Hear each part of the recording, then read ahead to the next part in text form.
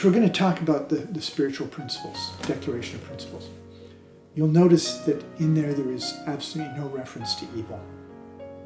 And yet, we keep coming up with things about evil, things about less than, things about struggle and pain and strife.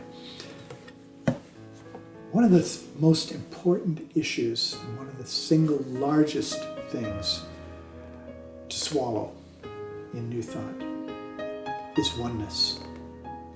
And the reason I say that is because oneness is the opposite of duality. And I mean that in the strictest sense, that if you accept the principle of oneness, you have to reject the idea that there is duality, that there is right and wrong, good and bad.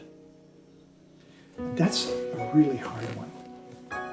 People don't want to accept that there's only one thing happening and that thing is good, period.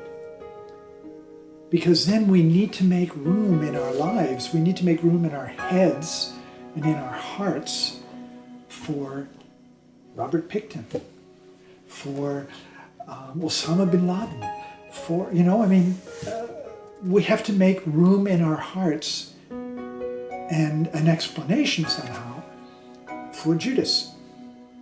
How do you do that?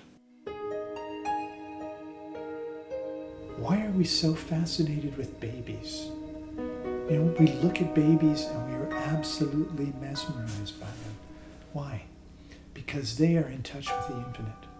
There is something going on there that strikes a chord in us, and we remember having been that person who was so in touch with the essential of beingness.